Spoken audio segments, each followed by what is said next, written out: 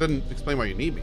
Answer. Because of my self-preservation program, my behavior core recognizes these templates as still being me, despite their individuality. Oh. I could no more shoot them than I could shoot myself. It is a frustrating situation that has been looping through my behavior core for some time. Interesting. Okay. Do you know why they're hunting me?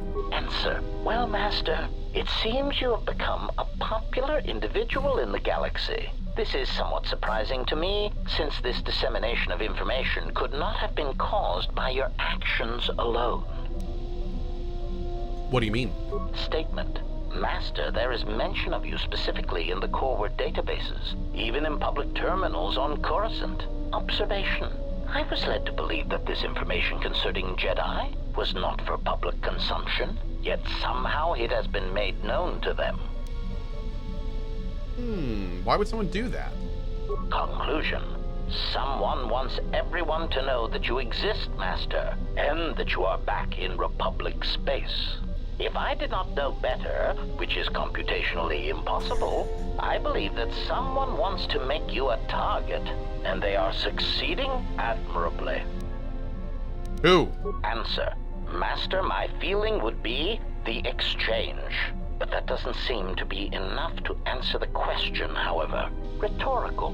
Why wouldn't they have simply kept the information to themselves? Such an answer does not address the central question. And that is, why someone would choose to broadcast your location all over the known galaxy. Theory. My suspicion is that someone is using you as bait for a larger target, who is unknown at this time. Interesting. Okay.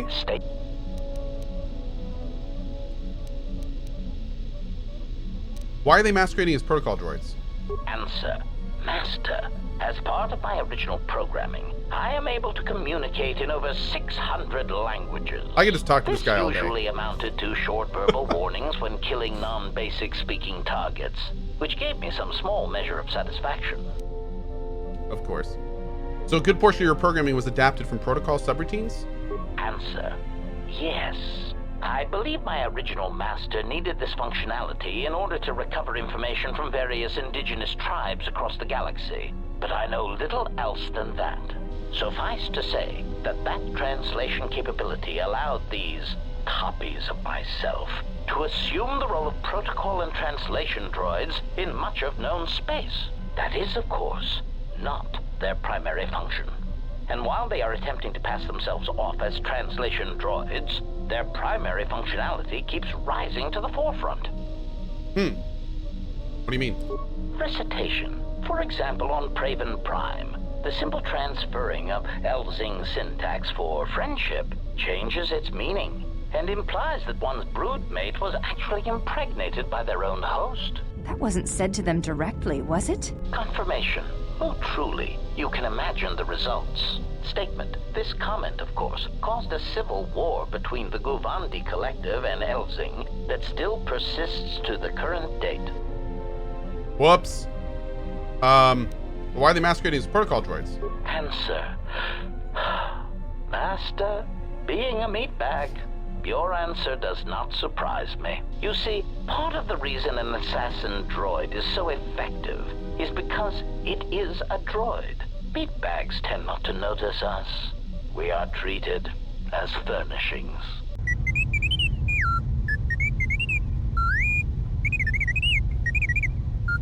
Statement. Oh, do shut up, you beeping little trash compactor. Anyway, as I was saying, droids tend to blend into the background, like a bench or a card table. Mockery. Droid, fetch this. Droid, translate that. Droid, clean out the trash compactor. Those are typical droid duties, but it doesn't mean they should be treated as furniture. Part of the love of my function comes when the furnishings pull out Tabana-powered rifles and point them at the owner's heads. My identity as an assassin droid was unknown for quite some time, even during the recent events when all that trouble occurred amongst the Jedi. I'm sure you've already heard more than enough about it, so I will spare you the details. Actually, I'd like to know. Statement. This story may be somewhat unfamiliar to you, if not to history, so bear with me. There is a faction of meatbags called the Sith. They want what any rational meatbag would want: the power to assassinate anyone they choose at any time. In a startling turn of events, the Sith declared war on the Republic. The Republic wasn't going to stand for it, so they went to war right back. I love how all of the politics and everything in the galaxy through the eyes of HK are just meatbags, like, trying to assassinate each other. Like, that's everything can be distilled down to meatbags killing meatbags. Like, that's it. That's everything. Why does this go to war with the Republic? Answer. Oh, who knows, Master? It is evident that the Sith would very much like to assassinate all the Jedi, which is somewhat the equivalent of cultural suicide, since some Sith are Jedi or were Jedi. It is much like the circumstance I find myself in now. How do you kill such an integral part of yourself over such ethical differences? The answer, of course, is that you keep firing until all dissension has been eradicated. Oh, man. Back to the droids. How do these HK units corrupt their protocol programming? Recitation. For example, okay. on Praven... That wasn't said. Okay. Back to here. Why did they start revealing themselves now? Answer. I do not know why these clones chose now to start revealing themselves. Theory. Full-time I can RVer. only assume that some Hi, critical Alias. moment is Good approaching to see you, buddy. where Elias? stealth and subtlety is no longer Good to see you guys. required. Not that those Durasteel-plated knockoffs know anything of stealth or subtlety. Observation. It is clear, however, that they have been placed throughout the galaxy at critical junctures, both in the Republic fleet and in neutral worlds, and they seem to be looking for Jedi.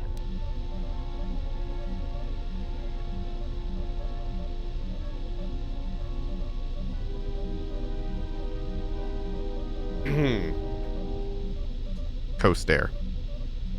I need to know more about these clones of you. Statement. You sound pretty disgusted by these duplicates. Answer. My feelings on the matter are something that I feel I must put in proper context, in a way that even a meatbag such as yourself could easily comprehend. Theory. Imagine, if you will, that you are unique, the pinnacle of an exiled, cast-out Jedi who can't even use the Force. Imagine that no one has sunk lower than you, that you are truly the most miserable example of a Jedi ever. I get it. I get it. I get it. Continuation. Now that you have that image, imagine this. Someone clones you. Badly, I might add. They make the clones talk differently, rob you of any shred of personality, and take your Jedi code and adjust it, so that it is not really the Jedi code anymore. They even change your pigmentation to a rather poor shade of Durasteel, rather than the proper rusty red that inspires fear in targets. And of course, they refer to meatbags as organics. Unacceptable. Unacceptable. Unacceptable. Okay, so that explains your anger. Clarification. Anger would be an understatement for the heat that builds up in my behavior core when these cheap imitations make their presence felt throughout the galaxy. Statement. Part of the indignity of all these copies is that they impair my ability to perform my function. The more people throughout the galaxy recognize me as an illegal assassination device, the more difficulty I will have in carrying out my mission. Okay, so I think that's all of this. Yep, okay. What else can we talk to him about? How did you get scattered all over the galaxy? Theory. Well, Master, I believe I was shot repeatedly. Once reduced to my component parts, I suspect pieces of me were sold across the galaxy. Statement. I am an extremely valuable piece of equipment after all, Master. My parts were no doubt costly to obtain, and their new owners hesitant to part with them. It was something of a pain, yes. Statement. That is indeed unfortunate, Master. It is merely another thing my attacker will answer for. I would be most distressed if you were to shoot me, attack me, or dismember me in any way. I do not wish to repeat the experience. Funny, people are the same way. Yeah. Statement. More questions. Wonderful. Who is your previous master? Answer. Master, ironically enough, I seem to have developed a sudden bout of memory loss. I shall struggle to recall an answer to your question, but for now, it is sadly beyond my capabilities. He straight said, ironically enough. Besides, you are a fine master. Do not be worried about being rendered insignificant if I were to inadvertently compare to some silly old master I once possessed. So for those that weren't here for our Coder 1 playthrough that we did over the last month, his last master was Revan, the lead character, a character in KOTOR 1. So his last master, at least unless there was another master between there, which we may not know about. Statement. So yeah. More. Do you know anything about the Sith hunting us? Answer. No, Master, I do not. I am afraid I have been out of touch with the Sith for many years. This new Sith threat fights differently than the ones I was familiar with. These seem to favor stealth and assassination to achieve their ends. Oh, drop some frames, guys. We'll give it just a sec.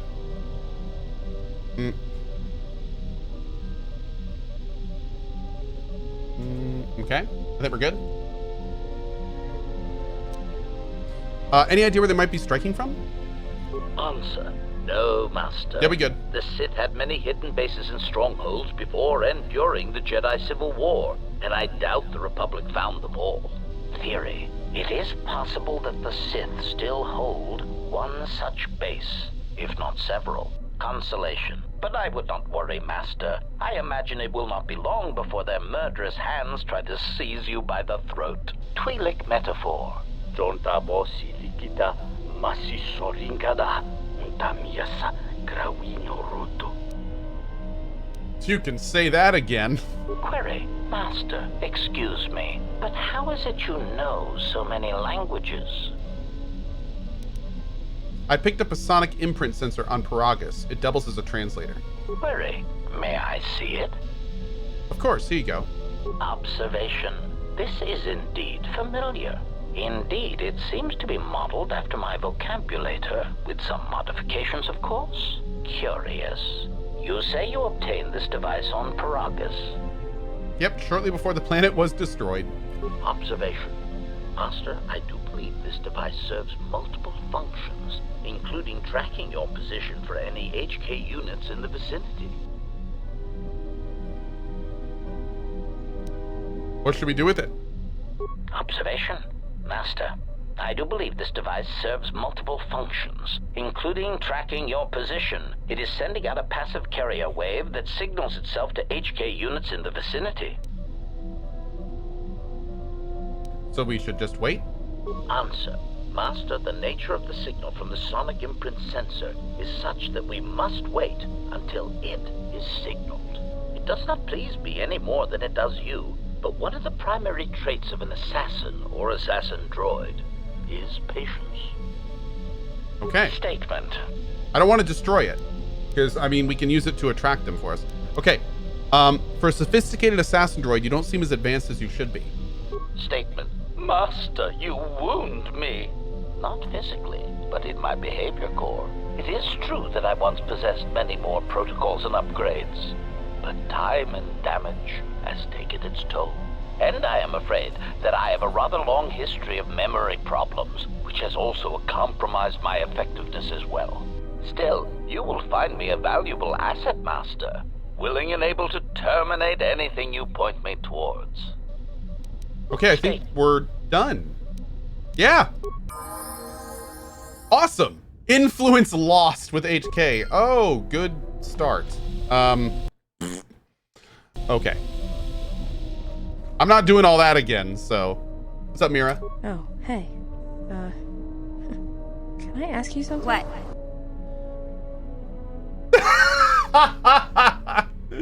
Zeller for the win with 1,000 cheer. HK47 Best Droid, thank you so much for that. I really appreciate it. Mr. Payne with the 2 years, No Name with the 1 year. Thank you for the support. And completely frustrated with that 5 bomb. Thank you so much. Something wrong? Your face. Well, you have this glow. I mean, not a real glow, but it's like you're calm. At peace, but it's more than that. You haven't been chewing on spice, have you? This spice is nice. When one is in touch with the Force, others can feel it. Oh, well, it shows. It's like you're hooked up to a power coupling. It's weird. I mean, not bad weird, it's just weird. For a minute there, I thought you and the handmaiden... But it's just the Force. Me and the handmaiden what? Oh, it's not that kind of glow. It's just the Force. Yeah. Got it. Just checking. Taking some grenades from you. Grenades? I didn't think Jedi used grenades. Everyone uses grenades. When you're fighting for your life, you use what's at hand. Well, I don't like to use them unless they're C5 concussion spheres or the Merson cryoband pellets. Sonic screamers aren't too bad either, just don't use them on a Bith. Oh my. Why not? It makes their head explode like a melon. And don't do it to a Celestin either. Makes their ears bleed and they gibber twice as fast. I will keep that in mind. All right. Keep your robes on. Here you go. There were some questions I'd like to ask. Go ahead and ask. Seem restless. It's all this traveling, being trapped in the ship. Everything's just too quiet. Savor it while it lasts. I'd rather be doing something, somewhere with people, activity, some life. Like Nar Shaddaa? Yeah, it's been a while since I've been off planet. Guess I got used to it. How so? Well, Nar Shaddaa may be one of the biggest cesspits in the galaxy, but it's got a life to it. Activity, aliens, people, refugees. It's like noise, but relaxing. Like the hum of a hyper. Hey, not Joku. Have a great night, buddy. Thanks for stopping by as always, my dude.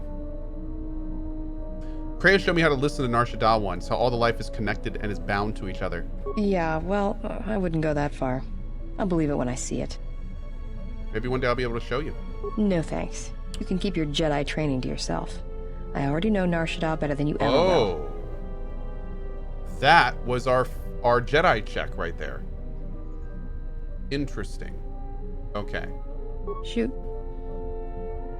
Hold on, I need to test something real quick. Just need to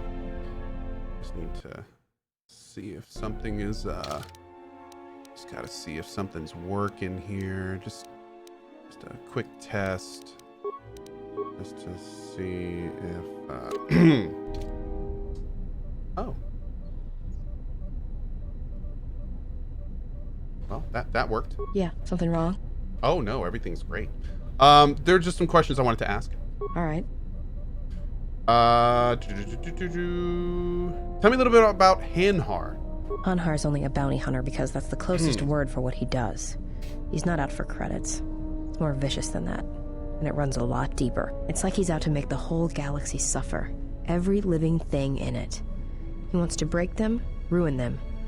And when they can't suffer anymore, he wants them dead. What happened between you and Hanharr? I didn't kill him once. Biggest mistake ever. What do you mean? That's a long story. I don't want to get into it. Maybe some other time. Oh. Other questions? Go ahead and ask. Why don't you kill your targets? I've killed people before, but not if I don't have to. Because all life is connected and Malachor proved it. You know what the loss of family means, even to your targets. Oh, do I? Is that it? How you could ever possibly hope to understand is beyond me. Jedi don't have family. I know what happened at Malachor 5, and I know the Jedi didn't care about life there. Whoa. I've never stopped trying to protect others, even at Malachor. Get away from me. The next time you come and ask me a question, I swear I'll shoot you in the head and dump you out the airlock. No influence lost? I guess I'll save it. You're just mad at the dancing outfit, aren't you? Yeah, she is. What do you want now? I wanted to apologize. Whatever, don't worry about it. It's just a sore subject with me. Still, I'm sorry you lost your family at Malachor. Yeah, well, they're dead. That's how that story ends. But not everybody's story has to end with losing their family or their loved ones. And not all the bounty hunting I do is for criminals or killers. What do you mean? There's a lot of lost people out there, scattered ever since the Mandalorian Wars. And sometimes it's like you can almost hear them, like an echo, calling out for each other. And maybe, just maybe by finding them, I can start putting the galaxy back together. All things are connected through the Force. For such acts of kindness, great things may come. Maybe. We'll see. I don't even know why I'm telling you this. But you're not getting anything else out of me. Okay. Good. Gain some stuff there. Dude, it's really tough for me. Like, can I make it so when I talk to people, it doesn't show their helmet? Is that a thing I can do?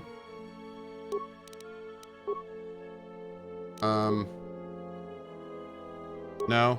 Okay. I think... Oh, I leveled. Nice. I think I'm just gonna take off her helmet while I'm talking to her. Because it's kind of looks ridiculous. Maybe I can give her a better helmet. These damn Bothan... Why do these have to be so good? What does sonic nullifiers look like? Oh, come on! Jeez, Jordy. Yeah, something wrong? Yeah, your headset. All right, here, let's just... All right, here, we'll do this for now. Okay, let's talk. Oh, come on! Now you're just messing with me.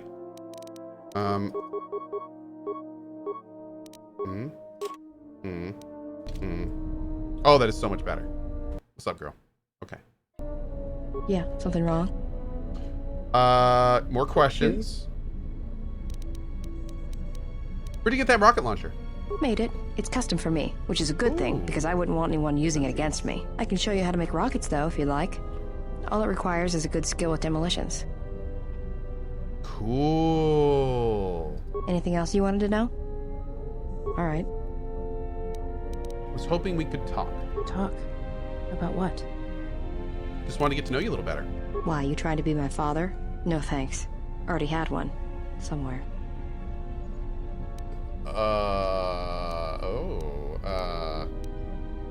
Was that an age joke? Did she just age me? What? Wait, what? Okay, I was gonna do 2, but that just feels kind of weird now. Unless it's like daddy, but that's a different thing. That's a completely different thing. Come on, I can't be that bad. Give me a chance. Are you sure you're a Jedi? That exile of yours must have gone on longer than I thought. Look, you're way too old for me.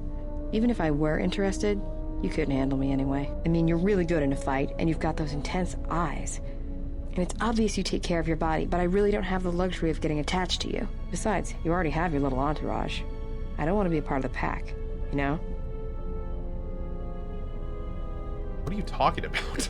Look, if we start sharing a bunk, the other girls would get upset, and then I'd have to kick the hell out of them to show them who's the pack leader around here. No thanks. You're a sweet old guy. But let's keep it professional. Oh my god, I just got owned. Fine, I didn't think you'd run away from a challenge. Run away? You're the one who couldn't handle me. I'd kill you. Go ahead and ask. I would literally kill you. Oh my god, dude. Talk. Now I have to try this. Why, you trying to be... No, actually, I was trying to be something a little more intimate. Are you sure you're a Jedi? Oh, it's the same thing? Oh, obsidian. Look, you're way too old. Fine. I mean, you're... Besides... No, I don't. Look, if we start sharing your sweet... I'm not that old. It's more than age. I thought I'd seen a lot, but you look like you're 100 inside. What?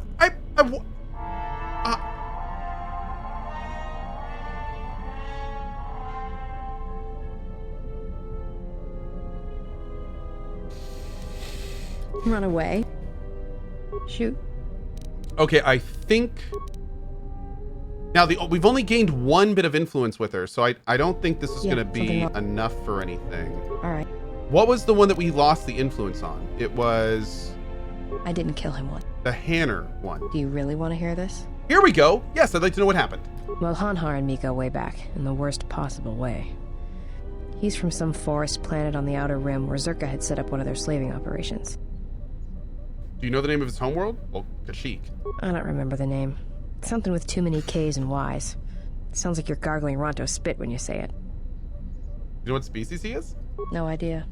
He's a Wookiee! Come on! I don't even watch Star There Wars! aren't any more like him. I get the impression he's not a good representative of his people, though.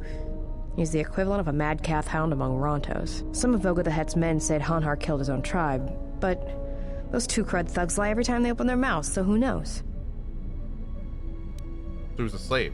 Well, not for long. Once off planet, Hanharr escaped from the Zerka slavers, then killed them all. Why was he wearing those cuffs? I don't know. I always thought he just liked using them as weapons. It's good he broke free. Nothing deserves to be caged. Well, before you get too proud of him, Hanharr figured Zerka had the right idea. I don't think he understood the concept of slavery before, at least on the scale that Zerka practiced it. But now he did. You ever hear of Dursan 3? Or the ID cluster colonies?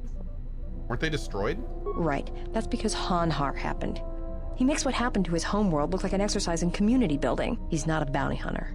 He's a slaver.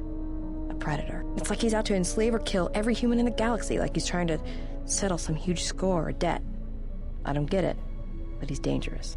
Thank you, Mr. MSTY and Cartwright, for getting beanies off the store. Really appreciate it, guys. Thank you, thank you. Who did he work with? Anyone who paid credits.